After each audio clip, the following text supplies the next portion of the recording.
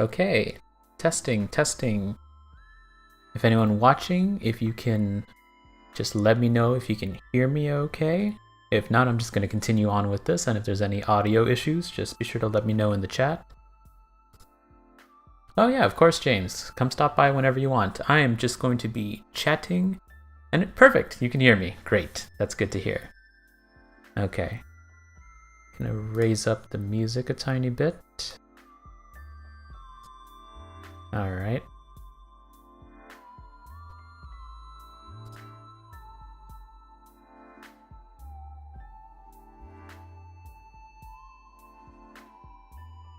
Oh, that's great. Thank you so much, James. And yeah, no problem. Oh, hey, Joel. Joel's in the chat too. Yay. Joel's going to be on the stream a little later, where we're going to talk about the Bad Batch and a number of other topics, I'm sure. Also, this is just a variety of music that I have acquired from video games that I've liked, from Undertale to Hollow Knight to Celeste, just a few indie games. I don't know if anyone recognizes any music, but I find them incredibly relaxing. And I need relaxing right now because I haven't live streamed in forever. So, fun fact, I did try to live stream a little while ago, like maybe about a year ago. Can you put a link? Sure, Joel. Yeah. You can go ahead and put a link.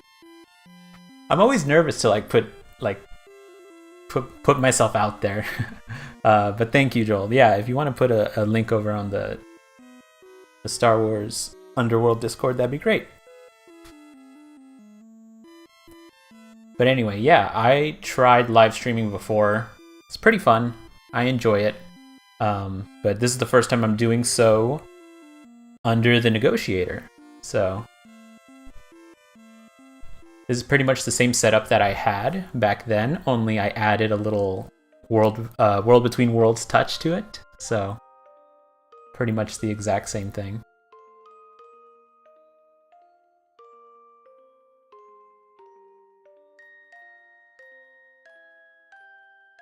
Okay, I'm going to transition here. Ah! Alright, hello everybody. I am the negotiator. Also, you could just call me Omar. Welcome to my room. It's very messy right now. I'm still trying to figure out a lot of this live streaming stuff, so things can only... Yes, there I am. Things can only get better from here, so give me 1 second. I'm just going to fix something that on my camera side of things.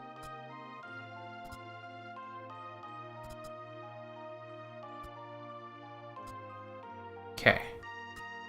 All right. Yes. Hey Matthew, how are you doing? Oh no, Nick is here too. So Nick's actually a personal friend of mine, so cool to see you here, Nick. All right. All right. So welcome to my live stream. I've gathered you all here today just to tell you that I have gotten 1,000 subscribers on this channel, and I'm very happy about that. It just happened too. It happened like a few hours ago. Let's see.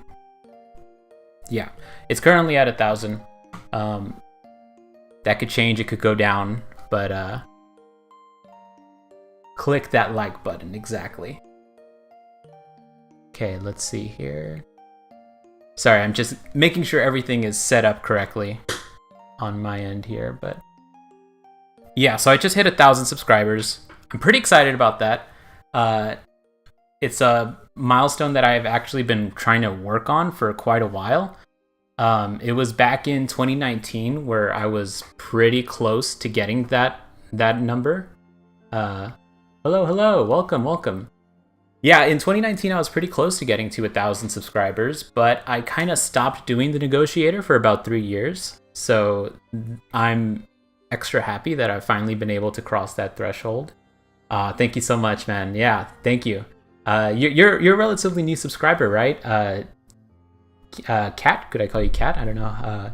how you want to be addressed. But yeah, you're one of the new subscribers that I've gained through doing YouTube Shorts. Yes, okay.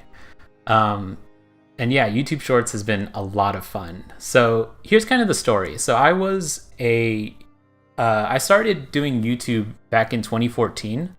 Like the first video I ever did was kind of a little defense for Star Wars Rebels, because I felt like Tony, okay, yeah. Nice to have you here, Tony. So back in 2014, I started The Negotiator as a YouTube channel just to talk about Star Wars, because after the canon reset, I was super invested into Star Wars. I started buying pretty much all of these Star Wars books that I have collected here, which I'll tell you why they're collected here right now, but I'll tell you that a little later. And also, if the music's a little loud, let me know. I'm going to lower it just a smidge. Okay. Anyway, so back on topic. In 2014, I started the Negotiator channel. I was really excited just to, share my opinions on Star Wars, because I have several opinions on Star Wars, as many people do online. And eventually, I started getting a little bit of a following, which was nice. And around 2019, I got super close to 1,000 subscribers, and it just didn't happen because around that time I started getting anxiety, like really, really bad anxiety. I had already had it as of 2017. I'm going to change the music because that's a little too intense. This one's nice. There you go. But yeah, I started getting anxiety, and it put a halt onto pretty much everything in my life. And it's only recently that I have started to get back into the swing of things. Just things in my life have started to go forward, and the Owl House outro music is relaxing. It is relaxing. I do love that outro music for the Owl House. But yeah, and now with my return to the Negotiator, I started doing things a little differently. I started creating YouTube Shorts. And YouTube Shorts was something that I've been researching a lot. It's this whole new territory when it comes to YouTube, and seeing a lot of creators kind of grow from that. And I kind of figured it's something that I could try myself, just to get back into the swing of things. And it's been pretty successful, honestly. I've come out with like maybe 20 shorts now, and all to varying degrees of success. And so, but I have, thanks to it, I have gotten from what was, I believe, 917 subscribers up to 1,000 subscribers. So I'm just going to keep on making shorts, and then and hopefully live streams too. So yeah, give me 1 second here. Yeah, YouTube Shorts is in fact where the money is right now. Well, I think more so it's where the yeah, I actually do prefer long form content too. The kind of how I'm viewing shorts is in a lot of ways the appeal of Twitter for me. I love Twitter. Hold on, I'm gonna move my camera back a little, my mic back a little. I love Twitter. I should not love Twitter. It's very toxic. It is a terrible place to be, and it's just my mental health would be so much better if I stopped using Twitter. But I love it because I get to like spout out any kind of random Star Wars thought I have, and that's kind of how I have been using specifically the YouTube Shorts content. So just any kind of idea, short form idea that I've had, I just have been able to make it into a YouTube short, and it's been pretty fun, honestly. And what I've been doing with those, after a certain amount, like 10 or so, I compile them into these compilations that I've been putting into as regular videos. So you guys might be able to check those out. We might even go through a few of them here, just so I can elaborate on a few of them that I feel like are worth elaborating on. So yeah, YouTube is trying to compete with TikTok. It is. I have also created a TikTok to also post these YouTube shorts.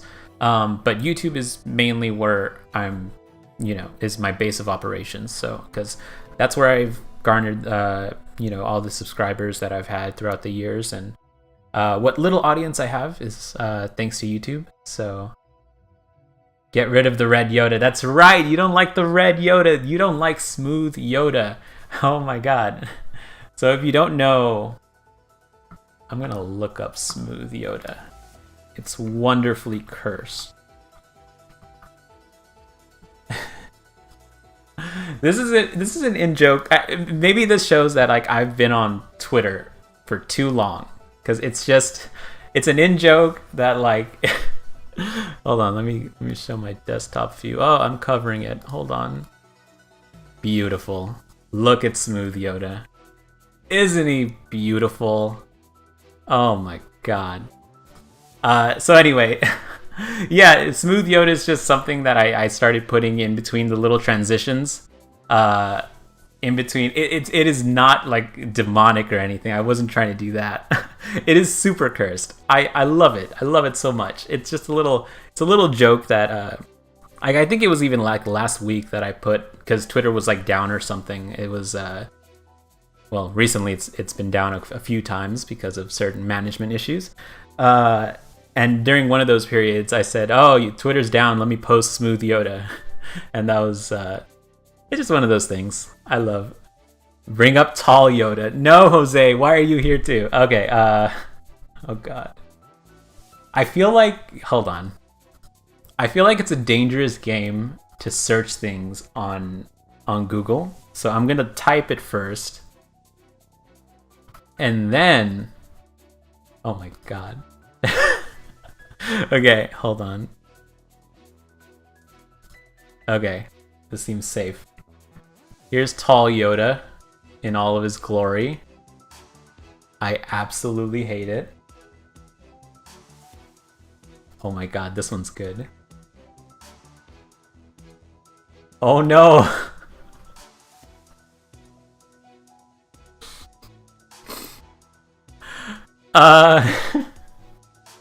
Oh my god. Okay. So yeah. That is just a little in-joke. That's the whole reason why I put that there. And I guess it was a little creepy to like include that in my little transitions things, especially with like the static noises and all that stuff. So but I have wanted to do more than just smooth Yoda in between those transitions. I'm still kind of ironing out how I want those compilation videos to even look like. So yeah, I'm gonna be experimenting a little bit more in regards to that. But yeah, okay, let me see here. So this is mainly like a test stream. I just wanted it to be out there so that I can basically be able to work on a few things while while live. If something messes up, I'd rather it mess up here on this first stream than any other time. And oh, that reminds me, I was going to tell you guys why I have all of my books here. Because I have lately made the decision that I am going to be selling my Star Wars collection. So I've been getting, I've been buying Star Wars books since like 2014. And it was around, I think, 2019, honestly, which is also the time that, I stopped doing Negotiator for a while, where I kind of just stopped purchasing Star Wars books physically, and I started switching over to digital. Just a personal choice of mine, and that choice ended up like going further into like how I consume all my media is now just digitally. So I have kind of been making the switch over to just digital content. So I am selling my Star Wars books, my plethora of Star Wars books that I have lined up here. And you stop buying physical and get Audible now. Now, see, I love a good audiobook. So that's how I recently read Light of the Jedi. So, which I finally got through it. It has been years, or 1 year, I guess. And I was really struggling with Light of the Jedi, and I finally was able to go through it thanks to an audiobook. So I was pretty happy about that. And yeah, and so because of that, I started. I'm now going to be selling my Star Wars books. If you are interested in purchasing any of these Star Wars books, then go find me on Twitter and send me a DM.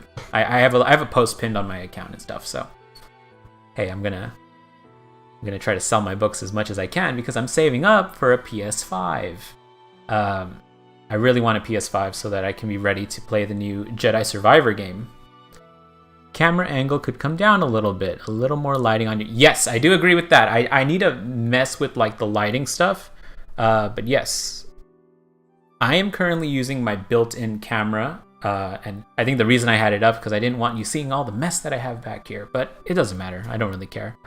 Sound level and quality is okay. Thank you so much. Oh, much better? Okay, cool. All right. Yeah, all that you could see up there was pretty much the top of my room. You might see I have a few notes up here. And I wonder if I could show here. Okay, I don't want to move it because I'm actually moving my entire computer when I do that. I have my Star Wars posters up here. So I'm gonna put that. You want to darken the background. Okay, like I said, this is gonna be a learning experience for me. For right now, this is pretty much what I have. I will be fixing the lighting and everything when it comes to future streams and stuff. Because at the moment, I just have this light and then a little lamp here that I'm trying to... I wonder, how does it look? Oh, it's even darker. Okay. So, certificates of completion of Star Wars College. Yes, absolutely. No. Here's a secret, you guys. I don't know everything about Star Wars. And I don't even pretend to, honestly. Don't ask me about like all the small, tiny little details. I just have opinions when it comes to story and when it comes to like character work. That's kind of how I've kind of built the Negotiator around, like interesting story stuff that I find within the Star Wars stories. That's what I gravitate towards most, along with like the Force and stuff. We're here to support you. Oh, thank you so much. But yeah, thank you for letting me know about like the lights and stuff. Again, I'm gonna be messing with it, changing it, making sure that it all ends up working better for the future. So yeah, okay. Now, what I want to do now, I've completely tested like our basic chatting here. I want to do a little bit more, however. We're gonna play a little bit of Jedi Fallen Order. So give me a second to set that up. And I'm just going to be playing like a very small fraction. Like I'm just going to be playing like the first level. And then after that, we are going to have a wonderful guest who is also, I don't know if you're still here, Joel, but I'm gonna bring you in. So let me go ahead. And that there.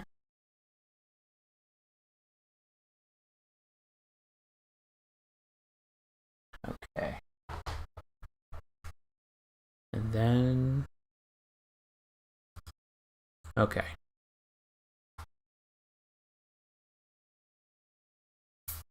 Ready and waiting. Okay, Joel, don't worry. I'm going to play a little bit of Jedi Fallen Order, and when I say a little bit, I literally mean like probably the first level, and that's it. Or at least the tutorial area. Okay. Let me switch on over to game system. Okay. Give me 1 second, everybody.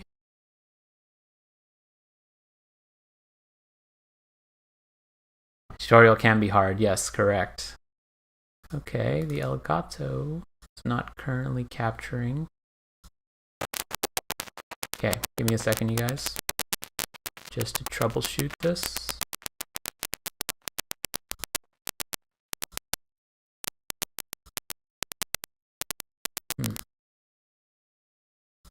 Oh, static. You're hearing static? Oh, that's not good. Okay, I lowered that. There does seem to be a bit of an issue with the Elgato right now, so give me a second.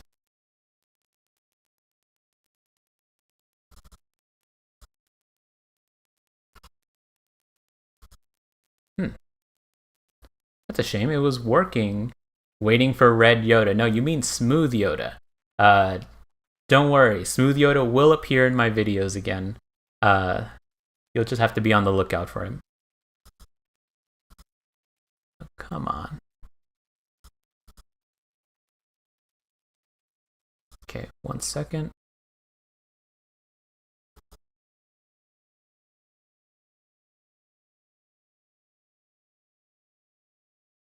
Smooth Jazz Yoda. There you go.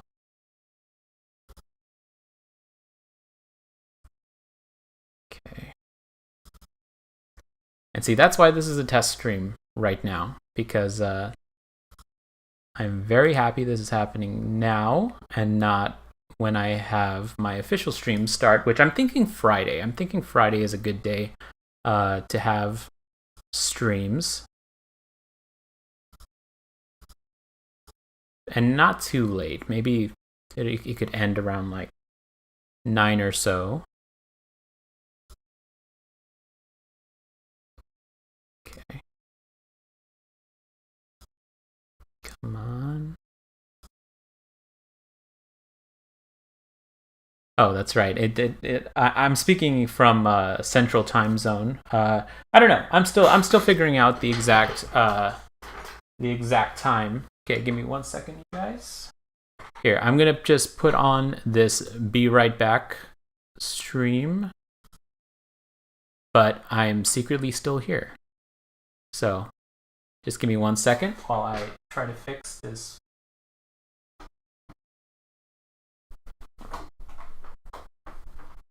Okay. I'm just working on some stuff in the background here. As long as it's Friday before 6. But I forget, Joel, what time zone are you from? I mean, you don't have to say it here. Never mind. You don't have to say it here if you don't want to. But let's see. Come on, El Gato. Pacific time. That's right. That's right. Because for Star Wars Celebration, you were pretty close, weren't you? You were. Okay, Tony, you're also Pacific. Very cool. Very cool. I imagine a lot of people are going to be Pacific. At least a lot of people I know, like within the Star Wars community, are already Pacific time. So.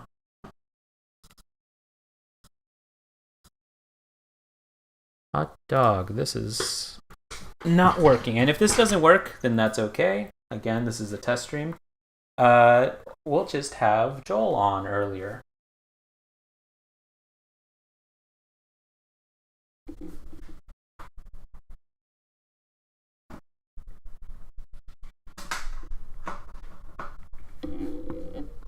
Okay.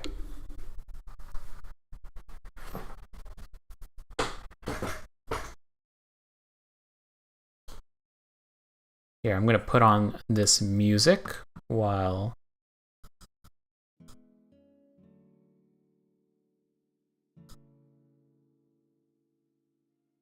Oh, I don't think you can hear the music right now. Or maybe you can.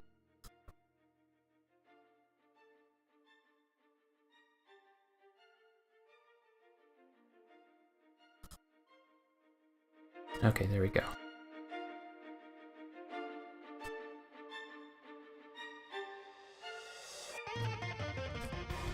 Alright. Sorry again for this and why it's taking so long. I had this up and running beforehand, but now it seems to be not agreeing with me.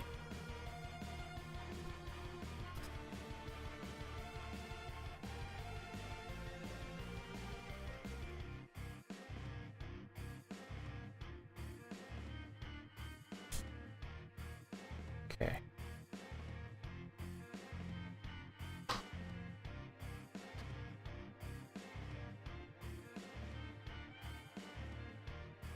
By the way, is anyone going to be staying up for the Bad Batch? Because that is something I am definitely going to do. Bad Batch Season 2's, I think drops in a few hours, to be quite honest with you. I am extremely excited for it. I have been waiting so long. I was really disappointed that, depends on how tired you are, Joel. That is fair. That is completely fair.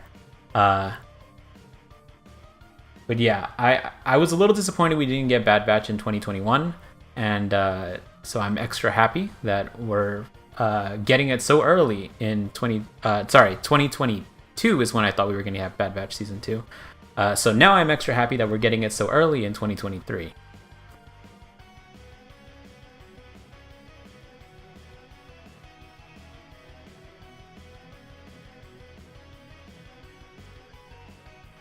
But yeah, it is also pretty late, and like even for me, it ends up being at around like 2 a.m. for me. So it's one of those things I'll have to be aware of when I'm jumping in. Like, okay, if I'm gonna stay up till 2 a.m., then you're a graveyard person. Midnight is lunch for me. Oh, really? Well, yeah, I'm myself am quite a bit of a night owl. I went to school for film editing specifically, and because of that, it ended up being I was in the labs for super late until like 3-4 a.m. I practically lived in those editing labs, which was a fun time.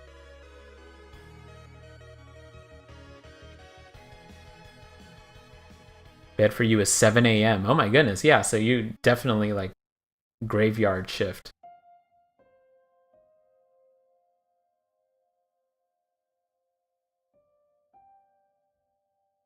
Okay, well darn. It does appear that it is not going to agree with me when it comes to setting this up. So what I'm going to do is I'm going to switch back over here. You just wish you had breakfast. Breakfast is the most important meal of the day. Okay. So now what we're going to do, we're going to chat with a good friend. Joel, are you here? Hold on, let me also figure that out here.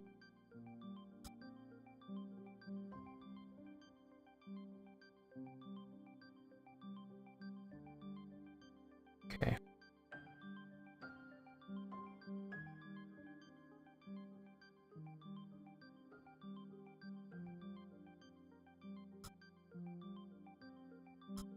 Okay, I've set up my Discord here to be ready whenever Joel is. Oh,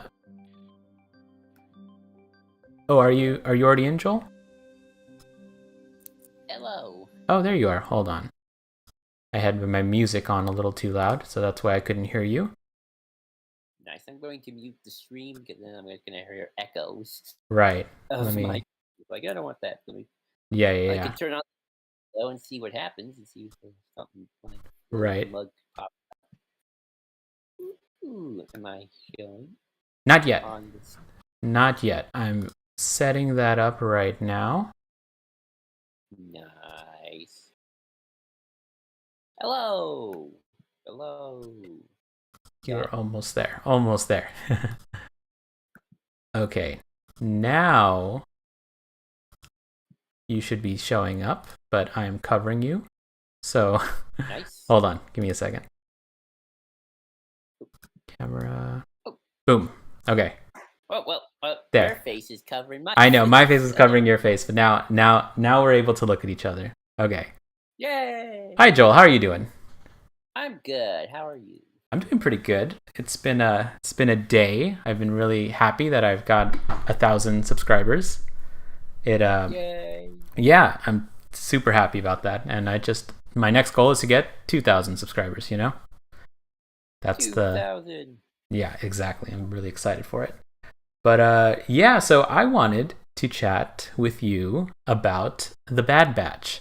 So what's your opinion on The Bad Batch, just in general as a show, and maybe how it compares to like the past animated shows that we've had?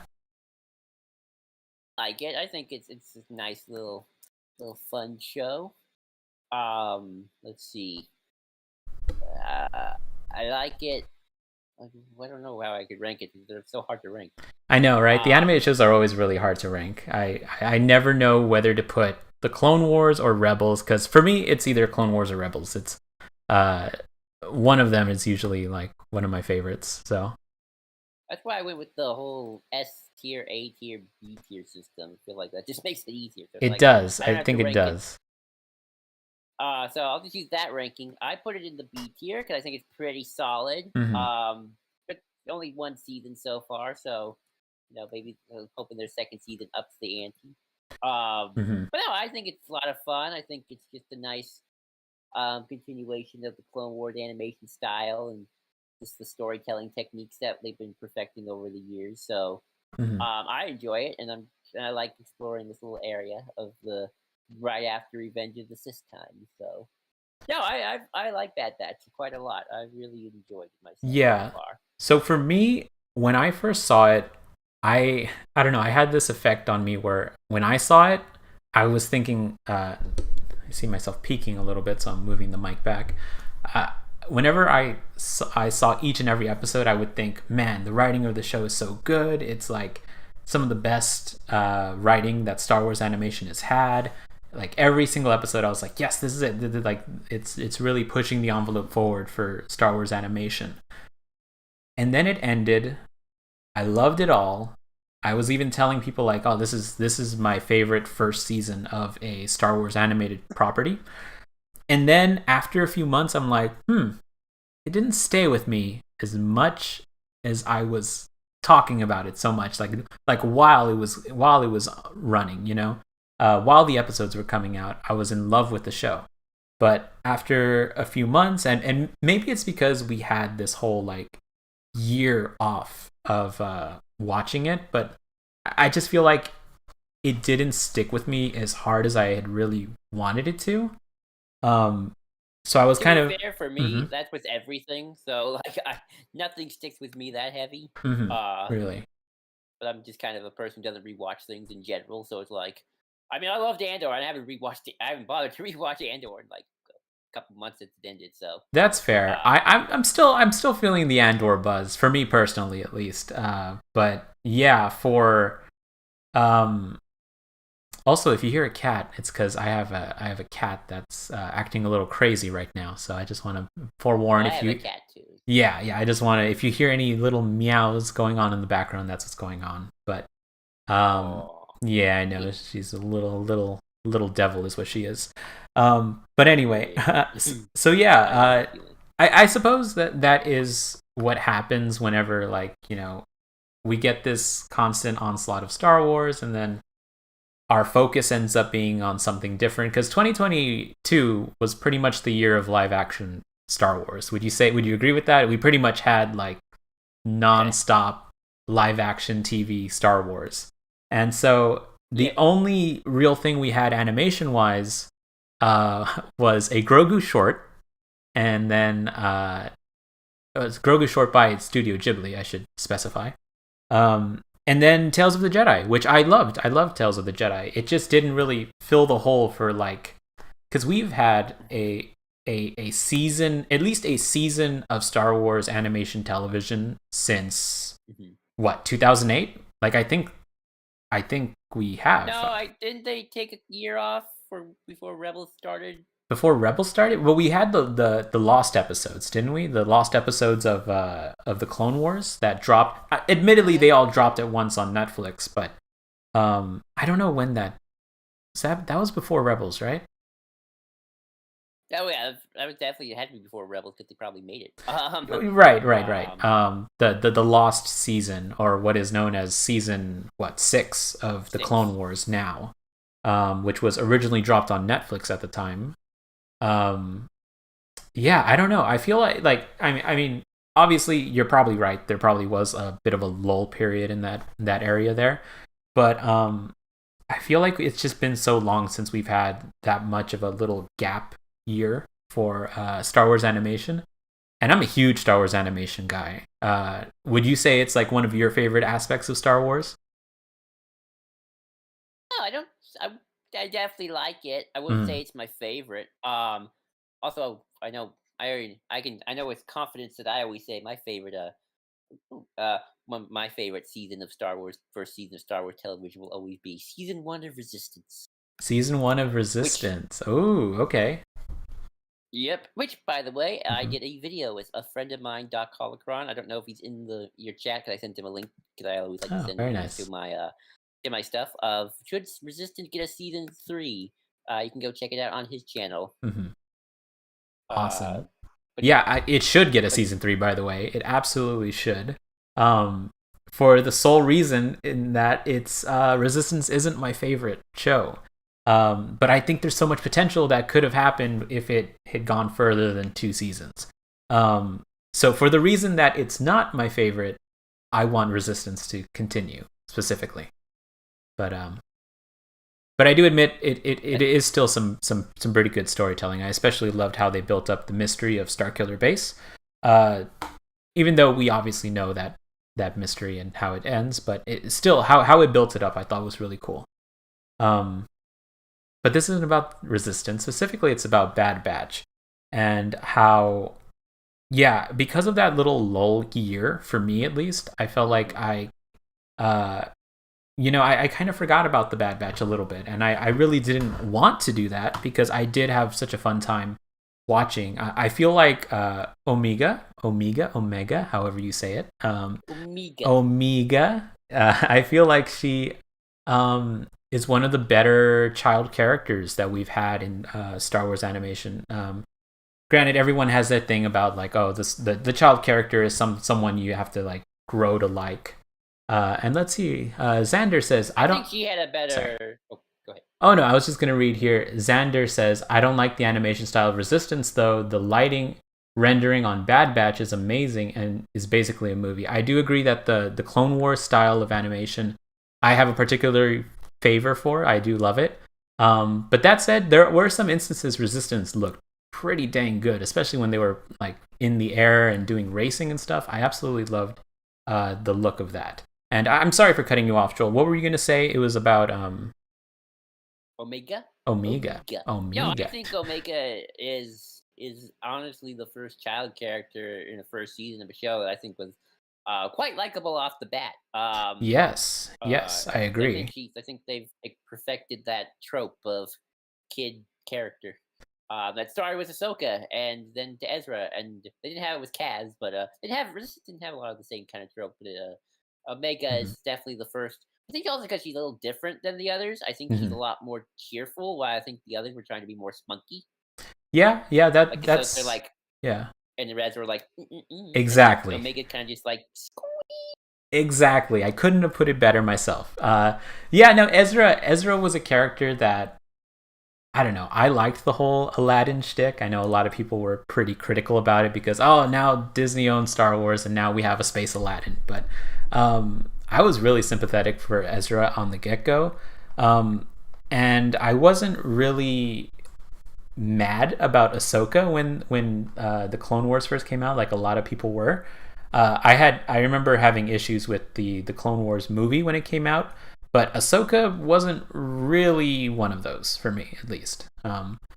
But I mean, I do agree with the fact that as time went on, Ahsoka became a much more compelling character, and that happens to all of them. All of the child characters that are introduced, um, they all pretty much grow up along with the audience, and it becomes really interesting. So I am especially excited to see how that happens for Omega.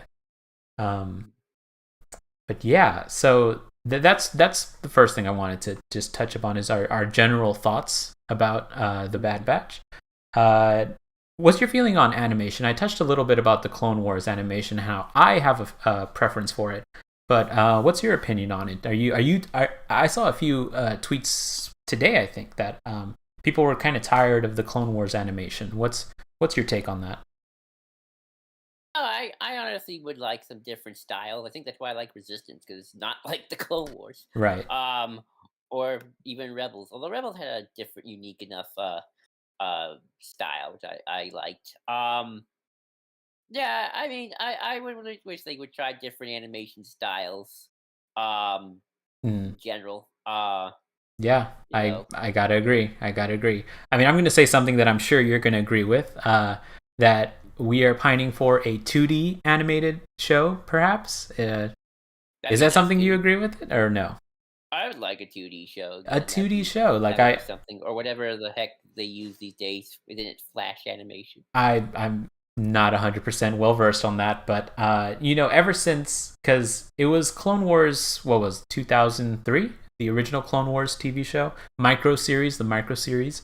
That's what really got me into Star Wars. Like I had seen all the Star Wars movies, and I was already generally a fan, but that micro series is what made me like a huge Star Wars fan. So I've always wanted something like that just to happen in canon, and uh and hopefully that's still a possibility. I'm still really open to the idea of like just new shows having a variety of animation styles. And yeah, so I agree. As much as I do enjoy it, variety is good. So yeah. Oh yeah, you brought up something interesting, which I agree with, and I think, although I actually think Resistance had this too. So this is my is that from a writing perspective, I think these were the best first seasons. Um, that's something I've always hear. Fairly or unfairly, it's like the pacing of the plots and the overall, the quote unquote fillery Right. episodes of these shows, and I'm like, it's like, I'm like, well, if Owl House and Amphibia can do daily episodes and be quite fun to watch, and I'm not feeling like I'm missing anything. It's like I hope Star Wars can find that balance of speed and kind of getting the ball rolling with their overarching plots. Right. I think a lot of my Star Wars animation is colored by the fact that I like a lot of other shows outside of Star Wars. Yeah, animation. no, and you know what? I think that's healthy. I think it's healthy to be fans of things that are not specifically Star Wars connected. Oh no, I seem to have. Am I okay here? You're back. You're back now. You were fading a little bit, but you're back now. So. Oh, that's a shame. That's a little worrisome. But am I still live right now? It happened. Let me check. I can check right now. Yeah, go ahead and check for me if you can. I don't think I am. Oh no. No. Oh. We lost you. Yeah, I think you're still live. I am still live. Moving.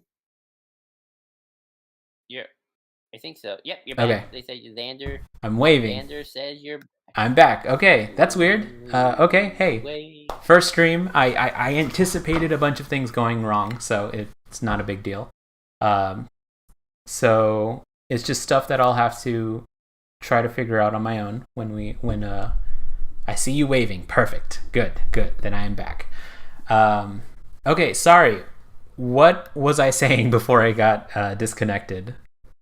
We were talking about other animated shows and comparing them other animated shows. Yeah, I think it's healthy to be a fan of, and since animation is one of my favorite mediums, I particularly love animation within Star Wars, but I admit they're not my favorite animated shows of all time. And maybe on a future live stream we can get into our favorite animated shows of all time, and maybe some animated shows you want me to get into that one day I will definitely get into. She-Ra, yeah, one of those. Who knows which one? But yes, and I will. I promise you, I will. But it's practically Star I know. I believe you. I 100% believe you. Especially since I've already seen a few of the first episodes. But okay, a little bit back on topic in terms of the Bad Batch. Let's see. I made a short regarding the possibility of a clone rebellion happening. And I think it's one of those things that it's probably pretty likely. Like, what's your opinion on that? The idea of the short that I had made was that, like, we had already seen a few clones that have defected outside of the Bad Batch. Like Hauser, I believe, is the name of the clone that everyone was thirsting over on Twitter. And then Gregor, of course, which is always fun to see Gregor again. He survived his explosion, and this is before he became a little bit of a nut job. Because of those two clones, it's showing that I think they're toying with the idea of a clone rebellion, and I see here, I see we agree that it's very likely to happen. So what's your take on that? Do you think it's something that's going to happen here in the second season? can definitely see it unless the show gets a third season, which my buddy and I, another buddy and I talked all around. We talked about whether or not it would get a third season. I hope it does. Uh-huh. But yeah, I think this is definitely that's definitely likely. I remember during a lot of season one, we all thought they were going to recreate the Battlefront 2 Camino story arc, Hmm. which they didn't. They just Oh, you destroyed mean Camino. from like the So original 2005 Battlefront 2? yeah, Oh, yeah. that would have been interesting. I remember playing that back in the day. That would have been really fun if they did. Um, Uh, so that does leave us into a question though. Do you think the Bad Batch is a show that needs a third season? I don't know because I don't know how this season's gonna end. To be True, quite honest, that's fair. Yeah. season one ended. Maybe this is another reason why I didn't stick with you, Hmm. even though I thought I was really good. Hmm. Season one didn't really end with many plot threads to kind of like think about. Ooh, what's gonna happen next? That could be, Like, yeah. like you had the stuff with Nala say going to that facility, but that's Hmm. like, well, the Empire's always into weird stuff like that. They do. I feel like there was like some stuff with Omega early on, but I feel like that got dropped. And when Boba Fett Hello, got Dom. mentioned, Nice it's to see like you here. they didn't do anything about it. Ooh, we got a new person. I Yeah, like seeing new people. but Hey, and yes. um, then all the stuff with Crosshair, he's just kind of like, well, I'm pro Empire now, and leave it at that. So I feel like there's in terms of like plot threads that I feel like need to get resolved Hmm. within the show itself. It's hard to kind of think of any. At least with Resistance, there was like stuff with Kathy's parents, and there was like with those force sensitive kids. Hmm. There was some stuff that could have gotten resolved there. But with Bad Batch, it's kind of hard to think about how far they want to go with so early in the timeline and kind of like where do they go? And I guess a lot of that depends on how season two plays out. It's like if season two, I feel plays out in a way where it's like, there's not much. I feel like you need to continue. We can stop Hmm. here, or maybe there's one more story you need to tell. I don't Right. know. Right. A friend of mine thinks that she could at least says it's at least a good 3 season show. I'm not. Yeah. I'm a little more skeptical, but then again, I have to see season two before I make that judgment. Right. That brings into the idea that like I am not opposed to an animated show or any show in general being 1 or 2 seasons and that's it. I think maybe a lot of people have thought, oh, because Star Wars animation has had the Clone Wars, which ran for several seasons, and then Rebels that ran for several seasons. Resistance ran for only 2, and I still hold the opinion that it could have ran for a little longer. But I am not opposed of a very self-contained story that only exists for 1 or 2 seasons within Star Wars animation. It just really depends on like what I get out of that animated story. And right now for Bad Batch, I'm very much up in the air. Like Yeah. it could be 2 seasons and that's it. And depending on how they end this second season, I could be like completely satisfied with what they have. Or it could go longer. That's also an okay thing for me too. I originally, like years ago, I used to have this like wish list of Star Wars animated stuff that I wanted to see. And for a lot of it, I didn't necessarily think they would go like, more than 1 or 2 seasons. Just kind of, I don't know. At least that's what I originally thought. I'm going to read a few of the comments here. If they're supposed to be helping to fight the Empire more this season, it makes me think they'll have to explain why they're not in the original trilogy. Okay, that gets into the original trilogy. Where are X, Y, and Z in the original trilogy dilemma, which plagues a lot of Star Wars stories, to be quite honest with you. And yeah, no, that's an interesting topic to have for sure. Now let me see. Looking forward to Bad Batch in a few. Yes, I'm going to be staying up late and watching it. So there's a good interview from. They're not. I'm sorry. Say I again. would argue. I would just say I argue since they're not Jedi. I think it's a lot easier to say, they're just around. Hey, Like, they're that's not yeah, Jedi. yeah. No, that's Ezra and Kanan with a little. You're playing it close to the chest there, but they handled that. no, yeah, I agree. Kanan and Ezra got sent to the unknown regions, and off you go. Yeah, Come back in a couple years. yeah, pretty much. That actually brings me to an interesting thought, but I think I'm going to hold on to it because it does kind of involve some rumors and leaks that we don't know. I don't know if it's, and I don't think live streaming is the best place to discuss certain leaks and stuff. So I mean, I'd be happy to talk about that. I would be too, but I'm sure there's definitely people viewing that's like, oh, I don't want to get into like leaks and stuff. But it's such a touchy subject when it comes to some of these things. But we'll see. Maybe towards the end of the stream. But let me read here. There's a good interview from Screen Rant about how season 2 is going to play out in the broad sense, which is cool. I skimmed that article. I needed to read further into it, but yeah, it does seem like there's going to be further connections to like what a lot of fans call the Mandoverse, you know? So, I mean, I think yeah. so, because I'll just say this show is like tangentially connected to the Mandoverse. In that, like, it's not like Rebels where Filoni was more involved in that show, but he's definitely probably given the showrunners and crew notes like, hey, you know, we're gonna do this. Yeah, wait, let me do my Filoni impression. Oh no! You know, we're gonna do this. That's good. To put this in you know, Ahsoka lives, that sort of thing. And go. I love it. That's a good impression. But no, he's very much. He's probably giving them like a couple notes here and there, like, you know, we're gonna do this, but he's not, you know, like actively writing the thing like he was with Rebels. He's busy with his other stuff, so it's like it's tangentially, but not completely involved. Right. You can tell because they put Fennec Shand in season 1, and that had nothing to do with Book of Boba Fett. Right, of course. Yeah, I don't think there's as strong connections as to whether if it was like a live action property that's directly connected to what is called the Mandoverse right now that they're building. But there's definitely some seeds there, like especially the very like final scene we got of the Bad Batch season 1, where very clearly there's going to be some kind of connection with either, I don't know, there's a possibility Grogu might show up in season 2. Like that, I feel like that's a very real possibility that could happen. I don't know if I want that. But it's a higher chance than like it's a high chance. It's a high yes, absolutely. It's definitely a better chance. Oh, yeah. But yes. Let's see. Tony Gilroy's like Grow who?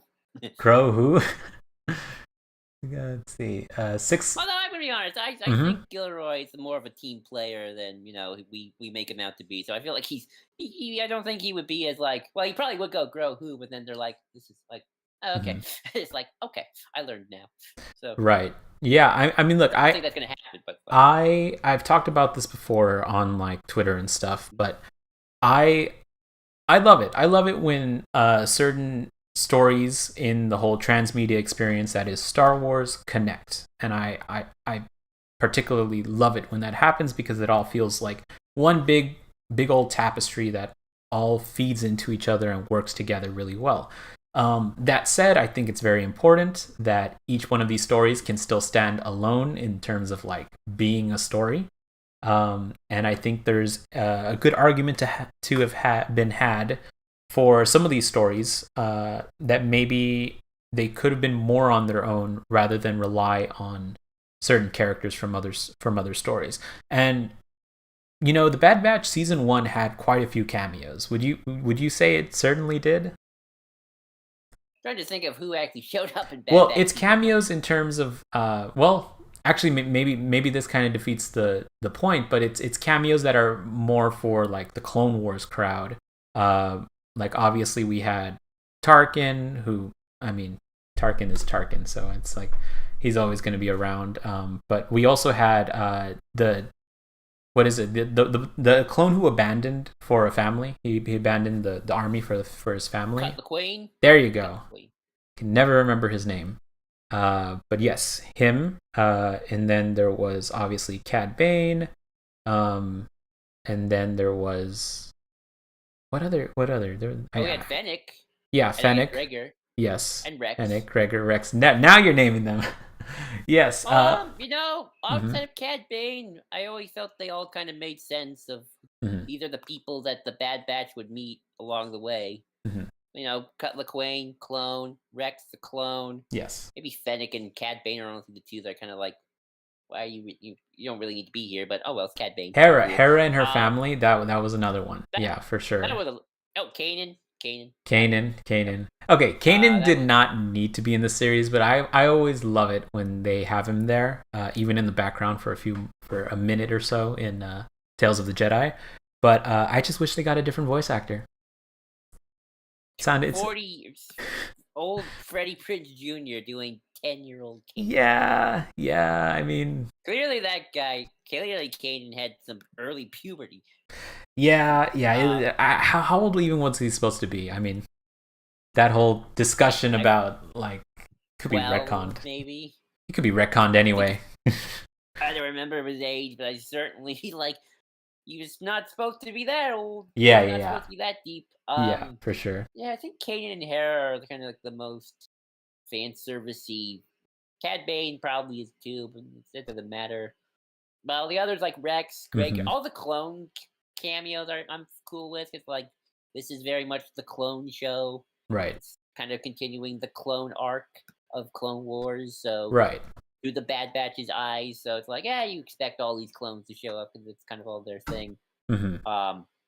But we know next season we're getting some cameos. We got Palpatine, we got Bale. Yes. We got Cody. That one I'm excited for. Got Gunji. Oh my god. I haven't seen him for years. Okay, that's another name that I'm curious. Is it Gunji or Gungi? I think it's Gunji. Is it Gunji? It's been so long since I've heard his name even said in a Star Wars property, so I don't remember if it's supposed to be. I mean, either way, do you think he's gonna die? No, actually, I did. Well, maybe, but like specifically in the Bad Batch, do you think they're going to off the cute little Wookiee Jedi? No, I think we get an early version of the past from Kenobi, and he gets saved. He goes safely. I like that. I like that. See, that's another bit of connectivity that I feel like can absolutely work. And that's what I was kind of alluding to in terms of the whole. I love how things connect in the whole tapestry of it all. So that's really cool. I think that would be very interesting. But I don't know. There's this little sensation in my mind. Like, are they gonna wrap up that storyline with him like right away? Just have him die and like, I don't know. I don't think they would. It's always possible. It's possible, but I don't know. Anything's possible. Anything is possible. Here's something. So I went to along with you. You went to Star Wars Celebration, and let's see. I was able to see the trailer on the big screen, which I had a really good time doing so. And that's kind of where the beginning discussion that was the beginning of kind of my coming back to the Bad Batch, because like I said, that 1 year was just kind of a big lull in terms of Star Wars animation, and then all of a sudden I was able to get back into the Bad Batch thanks to that panel, which had a really good time. Let's see. Disney needs to make more money on Gungi toys. I agree. Gungi, one of those. On Gungi toys. I don't know. Do people do they still buy Star Wars action figures? Is that still? I mean, Black Series figures. I know for a fact there are specific YouTubers that would be very upset with me right now, and me even saying that. But yeah, I don't know. I don't know if action figures are that popular nowadays among kids. Are they? I'm not around kids. I'm not around kids either, so I wouldn't know. But anyone got any nieces or nephews out there? I know. I have 1,000 little cousins that I could ask, but I again, that's kind of where I'm basing my whole idea around, like, are they? Because I just see them on their iPads. So I don't know. With the Fortnite skins. You only buy Legos, books, and lightsabers. Nice. You have your priorities straight, my good sir. I've never bought Legos before. I've always been a big fan of just Lego video games, though. So I've played a lot of those growing up. But I've never really bought physical Legos. I feel like that'd be pretty fun. They're fun. Yeah. I was there when my co-host Matthew from Ion Cannon. Shout out to Ion Cannon. By the way. Shout out to Ion Cannon on Star Wars Underworld YouTube, right? Yeah. Yes. Bought the Republic gunship, and he showed it off a couple of weeks go, and we have rebuilt it. Like I was there. We bought it at the Lego store at downtown Disney. It's like, yes, this awesome puppet Right. gunship took forever to build. Blood, sweat, scrapes of brick. Amazing. It was worth it. It was worth it. I probably would like if I were to buy a set. I'm sure it'd be a fun time. But yeah, books. That's something I can relate with. Again, I have all these Star Wars books that I bought, that I am now selling, and lightsabers. I've always wanted some of those higher end lightsabers, but they're so expensive. I really want to Oh though. yeah. Yeah. There's a lot of really cool looking lightsabers, and then I thought maybe I'll buy one. Keep peeking. I think maybe I'll buy one whenever I go to or whenever I went to Disneyland, and I went for the first time back during Star Wars Celebration, and had a good time there. But no, I still didn't buy them. I felt like they were still too pricey. Sorry. Oh, yeah, you're gonna get gouged. Yeah. It's funny. You were talking about we were talking. I don't know if you noticed in one of the Discord servers, which is free, so everyone can go there. The Star Wars Underworld Discord server. Yeah. We were talking about Galaxy's Edge. And Mm. apparently, from what I heard, Hmm. that place was gonna be a way more ambitious area than what it kind of ultimately is, which is still pretty cool. Not gonna Yeah. No, lie. I thought it was amazing. But But it was gonna yeah. be way more ambitious. Like they were gonna have seasons and like an ongoing story and even more tie-in material. It's gonna Hmm. be nuts, and then budget cuts. So, Right.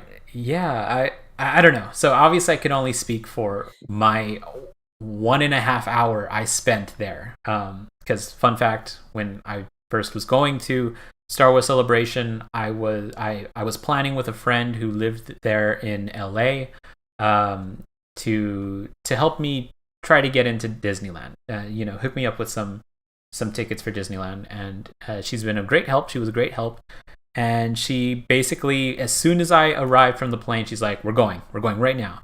And I had such a fun time. Again, I was only there for like an hour and a half because I had to get ready for Star Wars Celebration and everything. um yeah, the yeah, hotel. yeah, the hotel and everything, and I had a blast and stuff. But that time that I spent there, I was lucky enough to get on both rides. I already forgot the name of the rides. Flight of the Falcon, I think, is one of them. Rise of the Resistance is the other There one. we go. Rise of the Resistance. Or was it Flight of the Falcon, or is it Smuggler's Run? I don't Ooh, know. I always forget. I always I feel like always I've heard forget. both. But I did do both of those. It was very fun. I loved both of them. It's just and then exploring everywhere else, I did get a sense of like there could be more to this, or maybe that's just me wishing to be able to live in a huge Star Wars world. Smuggler's Run rings a bell. See, I don't know. I don't know if it's Smuggler's Run or the other one, but I I, can look it I, up. I got my I computer. So. it doesn't matter. Hey, it's pretty expensive. I'm not gonna lie. Like I'm incredibly thankful that I had that friend who was able to help me out. Smuggler's Runs. Smuggler's Run is the other Run. one. Then I think what is Flight of the Falcon? Is that a tie-in book series that I'm confusing it for? I don't know. Maybe it's just another. Maybe it's just another thing they call it. But I think it's a tie-in book series. uh But yeah, um, I think Hondo's connected to it, but I don't know. Again, it's a junior there it series of is. apparently a junior There it series of is. novels. Yeah, yeah. Um, You haven't been since you were a little kid when they had Star Tours and Jedi. I did not get to do Star Tours. Is Star Tours still a thing? It is still a thing, right? it's still a thing. They updated it though, so it's a new kind of a new ride almost. But So it's still there. It's still Star Tours. is the OG Captain Rex not there? I don't think so anymore. They changed Star Tours quite a bit in like 2008 ish. It was like the mid 2010s, Okay, just before the buyout. So just before the buyout. Okay, well, yeah, that's interesting. Okay. Now let's see. We kind of have gone through our kind of talking about the Bad Batch and stuff, and just in general. Is there any hopes you specifically have for the Bad Batch that maybe you want to see in this season 2? Anything specific? guess I'm just curious about what's going on at Mount Tantus. Yeah. That's kind of my big kind of what's going on there, and Mhm. how's that gonna factor into bigger things down the line? So, Right. because Mount Tantus, that's the name I haven't heard since the 1990s. Since since the Thrawn Very trilogy. inspiring. By the way, speaking of 1990s and Star Wars, I started watching this video about Dark Empire, and Mm-hmm. very specifically, it's like the audio play of Dark Empire Ooh. put to the comics. So it's like kind of makes this like motion comic a little bit. It's Oh, not the I've seen anime. those. Yeah. Yeah, and so I started watching it. I watched the first, which would be the first issue of Dark Mm-hmm. Empire, and I enjoyed it a lot. And Oh, that's just good. being so knowledgeable in terms of like sequel trilogy story threads, and then Mhm. watching that, it's like, huh, there's a lot there. There's a lot there. Um, even To even the even Palpatine scene. yeah, I haven't even gotten there yet. Again, it was the first issue, but I find it funny that in the first issue there were scavengers as an antagonist in trying to basically scrap the Millennium Falcon for parts, which was fun. Again, I mean that's a very small connection, even if you can see it as a connection at all. But I'm sure once it starts getting into the Palpatine stuff, it's gonna be it's gonna get interesting, I'm sure. So this is the first time. Yeah. This is the first time I've ever read or experienced Dark Empire. So I'll keep you updated Uh, on how that goes. It's pretty interesting. nice, because Dark Empire is my favorite expanded universe story. Right. And oh, Xander provides an interesting question. What are they doing at Dooku's palace? And you're right. Oh, yeah. That is Yeah. yeah. So back on Bad Batch in the like, I don't know if it's the first or second trailer. It's one of those where it shows like a glimpse of Dooku's palace, and I'm curious too. I'm curious to see what brings them to that palace. Do you have any ideas, Joel? I mean, maybe someone. Excuse me. Maybe someone hires them for something. I mean, they are mercenaries in the end of the day, so maybe they gotta get something from Dooku's Yeah, little castle. that's probably the most For who? likely. Yeah, I think that's definitely the most likely thing as to what's going on. Because I can't. There was no other setup or anything as to why they would be. They want to find his PJs. Oh my god, that's it. They Yes. want to find his Probably. PJs, the very fancy Count Dooku PJs that he has. You're absolutely right. I know that's the truth now. Well, I can't believe you just dropped the Bad Batch spoilers onto my stream. Yeah, I'm Can't sorry. believe it. Can't Yeah. believe it. But But no, yeah. yeah, no, it's interesting. There's so much that I have hopes for in terms of the Bad Batch. One thing in particular is I really want certain characters to shine a little more than perhaps they did in the first season. Uh, Yeah. I feel like Echo is such an interesting character that they didn't do a lot with, outside of like one really funny scene that I liked in season 1 of Bad Batch, which is when he was pretending to be a droid. I thought that was hilarious. Um, but yeah, so I want them to explore Echo more. And I feel like Tech was also kind of shoved to the side a little bit. Basically, Yeah. the tech guy and the smart guy just I don't know. They didn't have a lot to do in the first season outside of just play their role as part of the crew, and everyone else did. So that's one thing that I particularly hope for to happen. So Yeah. I hope so. Definitely want more kick and yes, Echo. yeah, absolutely. Tech is great. Out of all of them, I really like Tech a lot. As a character, again, I just wish they did more with him. Which of them is your favorite Bad Batch member?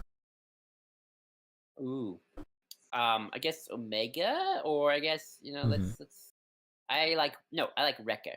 Wrecker. Wrecker's good. He's really funny. He's Wrecker. the big brother character for Omega, and I love their little Yeah. interactions. It's good. Wrecker. Yes, I love Wrecker. Fix He's camera my a favorite. little lower there. Okay. But okay, that's kind of what I wanted to discuss on the Bad Batch. Is there any other topic maybe that you've been itching to talk about, Joel? Maybe just to. Oh, I mean, I could always talk about all sorts of things. Um, I know you have a deep love of the multimedia, transmedia thing of Yeah. Star Wars, and Hmm. um, I've always found that the history of how all that kind of came to be so Right. fascinating. Right. Um, if you ever want somebody to listen to Corey's Datapad. He always has a couple of good things, stories to talk Corey's about there. Datapad. Yeah, Corey I'll write it Lucas's down. Datapad. I can link to you. If you ever want to listen to like a Star Wars Legends book podcast, Hmm.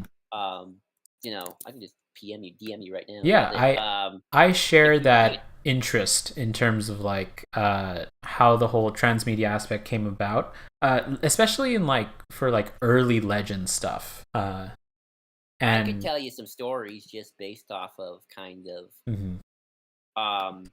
So I'll kind of give you the rundown, and I mhm, sent you the link to their book to their like. You don't even have to read the book. It's fun to listen to if you ever know what they're talking about. right. But because so like the first Star Wars book really Mhm. is not Heir to the Empire as much as people It's say. not. It is it's not What is even it? it's okay. I mean, you Again, could I either get I could think of two things you might say. So I'm curious which one you're gonna go Splinter of with. the Mind's Eye. There you Splinter go. of the Mind's Splinter Eye. of the Mind. Okay. Yes. It's Splinter of the Mind's Eye, and that Hmm. was obviously the emergency sequel that George was developing around the time of A New Hope in case Star Wars went bust, but he still wanted to make sequels, but he wanted to do it on the cheap.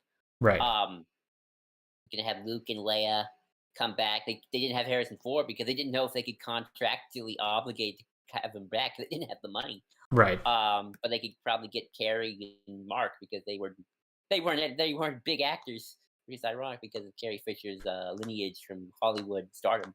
Yeah. Uh, Yeah. but If it's gonna be set on Mimban, and it was just a foggy planet, so it's like Hmm. they can build sets and everything be on the cheap. Right. But thankfully, Mhm. oh, go ahead. No, no. No, go I ahead. was just gonna say. Here, finish your thought first, because I'll finish it once you say it. All right, but thankfully that didn't happen, Yeah. and obviously we get Empire Strikes Back. Um, Yes. and basically what you would have up until 1990 is kind of I guess you could almost call it EU Phase Zero or really Phase One, depending on Mhm. how you really want to look at it. If you want, it's a very long thought, so if you want to interrupt and go ahead and I can keep No, no, going. no. It's fine. But the only thing I was gonna say is the fact that like I have actually read Splinter of the Mind's Eye, and Ooh, it is fun. it's a It's a fun weird ride. read. It's a weird read because it plays with a lot of things that you just assume are different because a year's worth of lore in Star Wars has made things a certain way. Just the idea of the Kyber crystal being this crystal, and like uh, Darth Vader doesn't talk like Darth Vader. It's very very odd. Luke Luke, giving Leia the looks of yeah, that I wasn't. Yeah, no, it's terrible. They obviously didn't know that they were siblings, so it's like of course you can't really blame the writer for something that George Lucas later changed on his own. So it's an unfortunate thing, and but one thing the writer could have definitely not done is have Luke slap Leia. I don't know. I feel like yeah, yeah. that's definitely something he probably could have not done. You know, but Yeah, yeah, but one quick oh, pause LOD Fox. on one. Yeah, I know. One quick pause on this. Let's see. Talking about the Martez sister. Yeah, the Martez sister. They could always cameo again in season 2. Yeah, absolutely. And maybe the Bad Batch will encounter the path. Yeah, and just what Joel said. I think that would be a really. After you saying that, Joel, I definitely want that to happen. I want to see the path. I want to see early versions I'll be of the rebels in all the various factions that we have seen. I want to see the Cloud Riders from Solo appear in like an early version where we see the mother of what was her name, the leader of the Cloud Riders from Solo, I'll be curious to see if Emphas the Nest. production would have lined up that something like the past would be able to kind of work. Or be kind of a thing.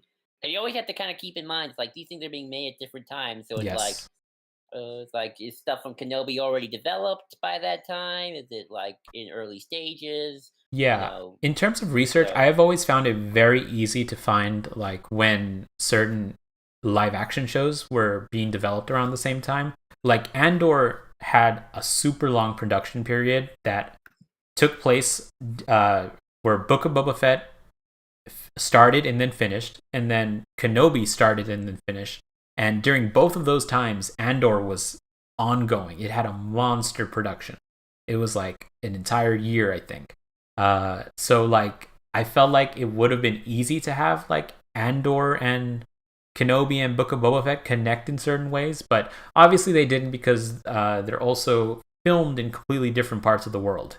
So that's another reason why I don't think there might have been as much connectivity there.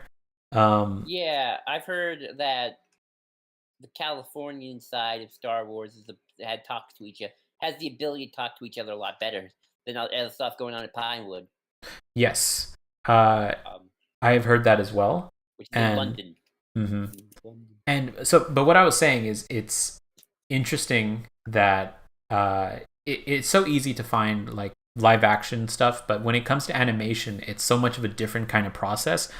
I don't really know when, like, I guess you would have to think about like the writing phases of this stuff, which would be years before we see any kind of animation on our screens. So it really depends. It depends on when I think they're being written, and if something live action is happening at the same time, maybe they have more incentive to have those connectivity there.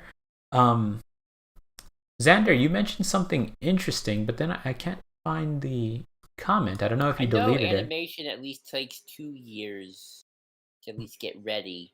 Hmm. Everything's like 2 years behind. So, that's why most animated shows are normally done by the time they're released already. If you get lucky. Yeah. I know everything's a little different, but Hmm. like Shira would like they were done with Shira by the time season one was airing. So Right. no, it wasn't. They were like almost like by the final. They were almost done with like the final season by the time the show was airing. So it's like they were way in advance. Right. Um, which makes things very interesting in terms of like gauging reaction and stuff like that. Because it's like, well, you're already done. So it's like if a character hits in a big way you didn't expect, it's like, oh, well, whoops. Well, we Well, then that's it. killed them Yeah. off so soon. Didn't Yeah. expect Yeah. that to happen. Oh Yeah. well. Um, Mm-hmm. Oh yeah, and but Xander, don't worry. If it looks like we moved on from a certain topic, the way I structure these talks is we talk about anything, we go on any kind of tangents. It's not a big deal. But if you comment something, I will try to get to it. So what Xander had mentioned, and maybe something we can go back to, it was about Duel of the Fates, which is well, I'm sure you know about Duel of the Fates. Is yeah, the the Trevorrow cut. the Trevorrow draft of episode 9, which would have been an interesting thing. I have a love of alternate versions, alternate cuts, and I just love the idea of like, oh, we could have had this, but not in a negative way. I feel like a lot of people look at, oh, what could have been, and they use that as to like hate the thing that we ended up getting. I don't really care about that. I don't care. I like what I get out You of would Star love Wars now. SF Debris's videos Oh, of the really? making of Star Wars. Then, Yeah, yeah, that kind of stuff. It intrigues me to no end because I love to see like, um, that's why I love the fact that we had those what is it? The Star Wars, the comic adaptation of like early drafts of A New Hope. Oh I yeah, love that stuff. I love that, and I wish Disney or like Lucasfilm would just look at that and be like, oh, let's release some of our early drafts of other things that have been in the vault forever.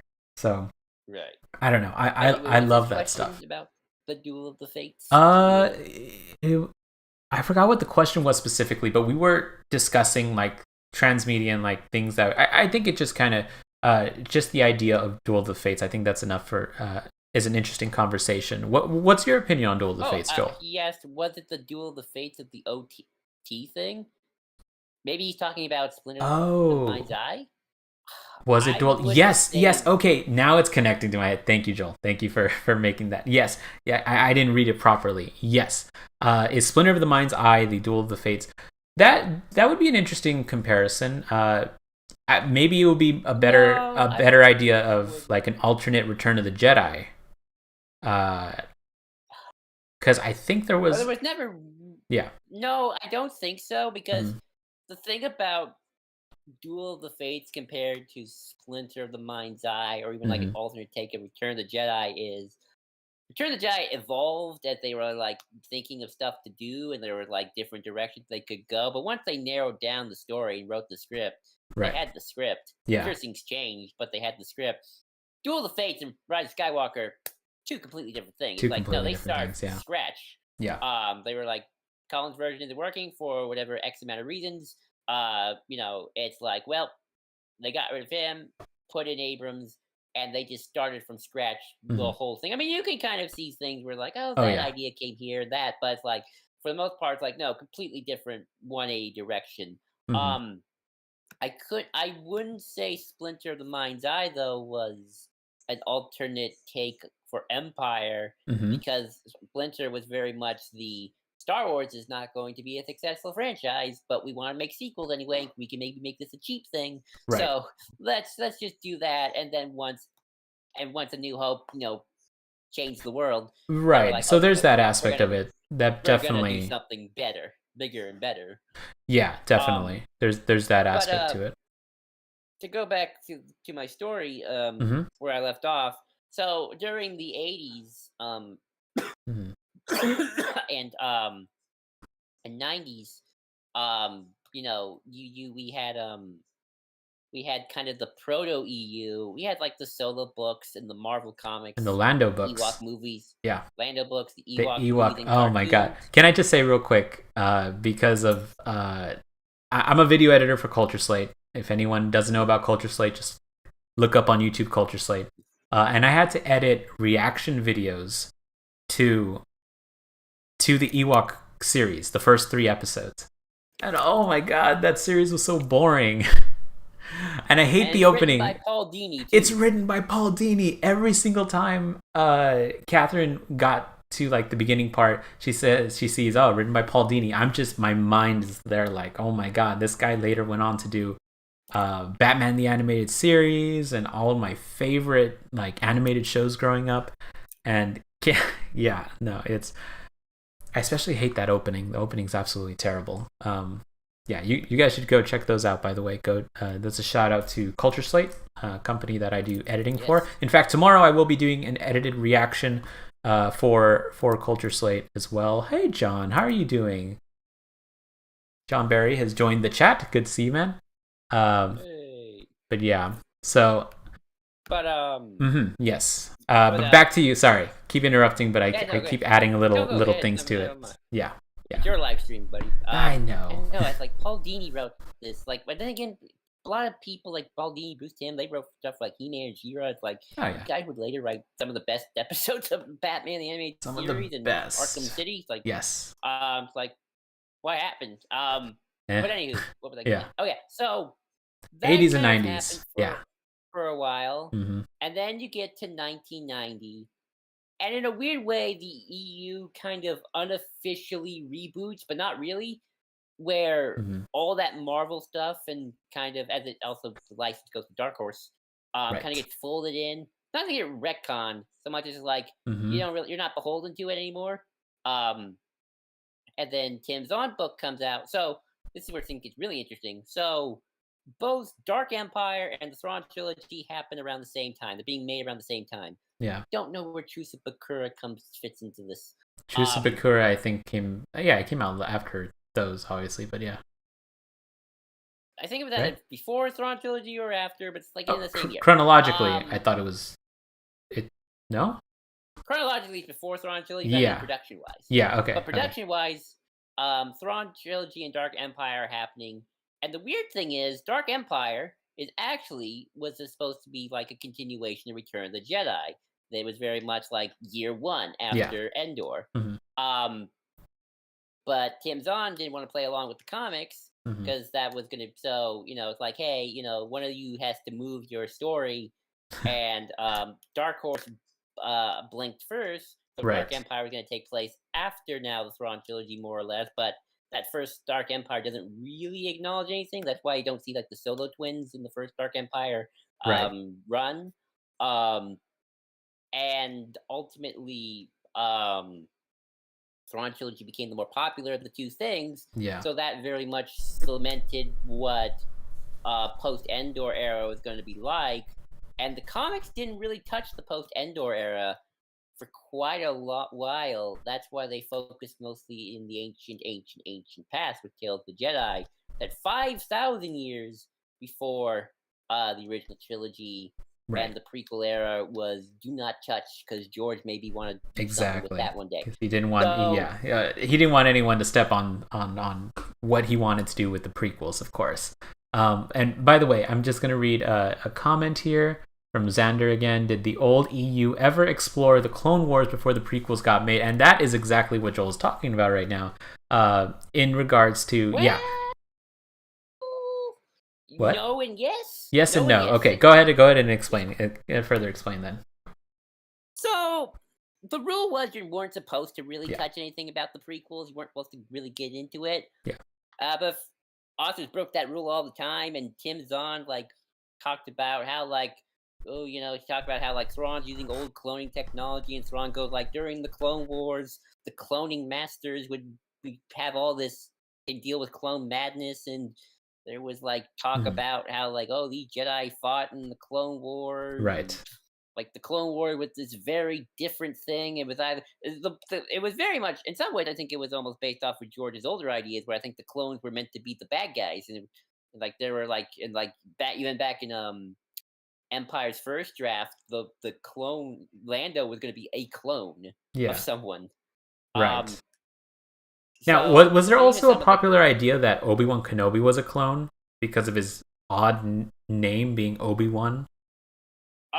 no, I've heard that before. the It's bad probably just a guy. theory or something, but But the bad guy of the Jedi bad guy of the Thrawn trilogy, Jorah Joris Sabaoth, Sabaoth was originally is going to be a clone of Obi-Wan called Obi-2. right. Yeah, And and he I was think this that's probably where I think that theory existed or came from because of that reason. But that's interesting. What I find most interesting about that early EU stuff, that specifically Thrawn trilogy and Dark Empire, is how much both of them are influencing the current canon, and very specifically that starting point of Heir to the Empire and Dark Empire. Very specifically that time period of stories that we got is influencing canon. Not anything really much later. Not even Knights of the Old Republic is kind of influencing the current canon as much as that time period is. And I find that so interesting. I don't know. It's I mean, I guess it made Star Wars explode at that time in the 90s for a reason, because of how interesting those concepts are. And so I guess because of that, Disney thinks oh, we can kind of pull these kind of elements to it. Or maybe it's not even Disney. Maybe it's just creatives that exist in Lucasfilm in general that are aware of how impactful those books and stories are and are pulling from them. And I think that's probably the more likely of the two. I 100% buy that. Yeah. You know, but what's interesting Mm-hmm. is, for a little bit, the comics and books were kind of just do their own thing, and they didn't really want to talk to each other. It really wasn't until Kevin J. Anderson's Jedi Academy trilogy that the books actually started really acknowledging the events of Dark Empire, Mm-hmm. and oh no, this actually did happen. It's not just some weird alternate universe thing. Some different post Endor take. No, this actually happened in our chronological timeline, and he started, integrating that stuff into his books, and also that book also deals with Luke dealing with Exar Kun, Right. um, uh, in the Yavin Temple, and all that stuff connecting Tales of the to Jedi. Tales of the Jedi from 1,000 years The ago. Legends Tales So of the Jedi, which we have to specify yeah, now because the of Legends of Comic Tales of the Jedi yeah.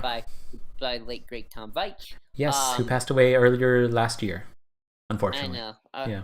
that was so sad. So sad. But but uh, but yeah, what was I going to say? Oh yeah, but he brought Hmm. that stuff in, and since the book were now acknowledging it, he kind of kind of forced the hand of the other authors, kind of like, okay, well now we're working with the comics. That stuff that was going on is Yeah. now more integrated.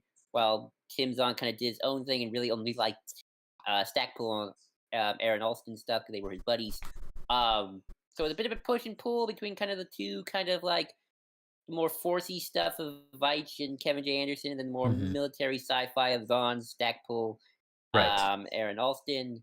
And it's not really until the 2000s with the new Jedi Order series, and then eventually the 2003 to 2005 Clone Wars multimedia project, that Right. coordination really started to kind of uh, come about. The only wonky thing still going on is like, oh well, now because George is making the prequels, we're now going to start putting in more prequel references because now that stuff is happening, and it gets Right. really weird when like you have 40-year-old Luke Skywalker, 50-year-old Luke Skywalker, only now seeing entire cutscenes from Revenge of the Sith, in like Swarm War. Uh, I yeah, find so that that's stuff kind of so how. interesting. Just how what happens at the time in terms of like again going back into the transmedia stuff. So like whatever was on the screen, whatever was which at the time was the prequels, and how that trickles down into the books and the comics and stuff. Um, which is a conversation that still ends up happening a lot today. I mean, a lot of people are upset about retcons and how there is very much an importance funnel that goes up in terms of like what kind of stories get told in what medium. Although Yeah. it's interesting Mm-hmm. that both the name and the planet Coruscant, Yes. that was introduced in Heir to the Empire, and technically in Dark Empire too, although they just called it Imperial Center at the time. Yes. Um, Yeah. and the double bladed lightsaber was first used by Exar Kun in Mm-hmm. the Legends comic Tales of the Jedi. Oh yeah. So two kind of iconic thing. Super cool. Yeah. Super cool. I love that stuff. Absolutely do. Uh, okay. So we have talked a lot about a number of different topics from Bad Batch all the way up to uh, a little special topic in terms of all this early legend stuff and how it impacted current canon as well. So I think I'm gonna start winding down because it's starting to get pretty late. Oh, Yeah, but no, oh. I'm gonna be having more live streams for sure. Especially this Friday. I don't know what time. I'm sure I'll decide on a time pretty soon. Um, but basically around this Friday, I'm going to be it's going to be on my second live stream, and I'm going to be discussing everything Bad Batch. And who knows, Joel, if you want to come join again, I might get other people as well. Who knows, or it might just be me. I don't know. We'll see. I want this live stream stuff to be super casual and super whatever. No Well, depending rules, on just what your talk. time is, because again, like Mm-hmm. Fridays are always busy for me too. So, Yes. Yeah, I know. That's right. Fridays are usually busy, but pick Wednesdays. I don't have anything on Wednesdays. on Wednesdays, I don't know. We'll see. The only thing is I wanted it to be after. Well, actually, no, that would work, wouldn't it? I mean, we'll see. Well, this is still a learning process and everything. So I just wanted to say, Joel, thank you so much for being here for my first live stream. You certainly helped Of me course. figure out how I wanted to structure this stuff as well as conversations with other people. So I want to say thank you so much for that. You're welcome. Okay, and now what I'm going to do, I'm going to switch over to chatting. I am going to. Okay, I'm gonna leave. So I'll talk to you again later. Okay, Joel? All right. I guess I liked it first. All Yeah. right. All right. I'll see Bye you bye. later. Bye bye. Okay, I just said goodbye to Joel. I'm still live for at least another second or two. Hold on. Put on some music, or at least low music. Yeah, hey, thank you so much for attending my first live stream. I hope you guys enjoyed. I'm super excited to be doing live streaming now. And again, this is a learning process for me. I'm going to be trying to make these live streams better. It's already been a good amount of time. I think we've been going at it for a little under 2 hours, which is, hey, that's great for me for my first live stream. I think that's pretty good. Thank you guys who have stuck around. Thank you so much for watching. And I'm going to be having some more Star Wars shorts appear within the week.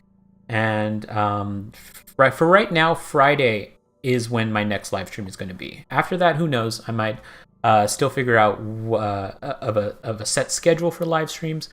But for now, that's pretty much what I'm going to be doing. So, all right, everybody, thank you so much. I'm going to go ahead and end. And going forward, how about asking your followers for topics for discuss so you can follow an outline? That's a good idea. Again, this very much was just a test where I just wanted to talk about anything and everything. And Friday would be the official, like, real, I'll have an outline and things more specifically. And hopefully I'll be able to play Jedi Fallen Order. It sucks that it didn't work this time. But thank you so much. Thank you for watching and giving me ideas as well. So you guys have a nice rest of your day, rest of your night. I'm going to be staying up for Bad Batch, so I hope if anyone else is too, I'm so excited, so excited.